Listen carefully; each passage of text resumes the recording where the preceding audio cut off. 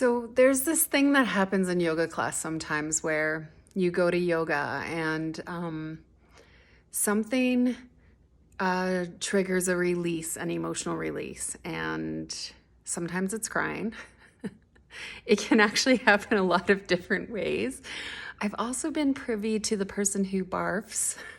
I've also been the person who barfs when that emotional release, when there's something processing. And I want to talk about trauma and trauma releasing from the body because sometimes we don't recognize it and we get scared of it.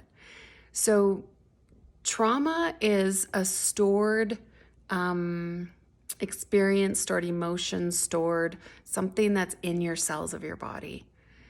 And when that action, that experience, that trauma occurred, your body was unable to process it. And so it got stuck.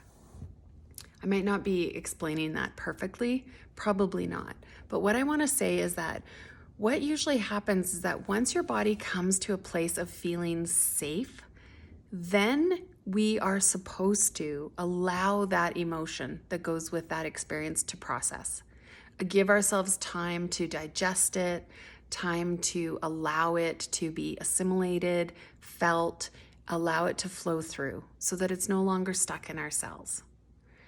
This is a really hard thing to do, especially if you're the kind of person who doesn't really let yourself cry, or you don't let yourself feel, or we are chronic in our culture at stuffing emotion down with, food, digital distraction. Those are mine. And what yoga does is you kind of create this space where you come into it and your body senses safety. And because it senses safety, it creates an opportunity to sort of go and grab something that's stuck in those cells and say, here, digest this, get rid of this. This is no longer needed. This is no longer serving me. And it comes out. So we don't need to be cognizant of it. We don't need to know what it is. We don't need to be able to define it. We just need to allow it to process. And sometimes it is through tears, and sometimes it is through shaking, and sometimes it is through,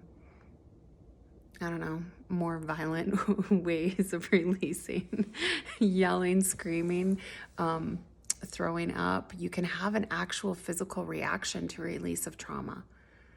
But just know it's because your body felt safe. It's happening because your body felt safe enough to let it go.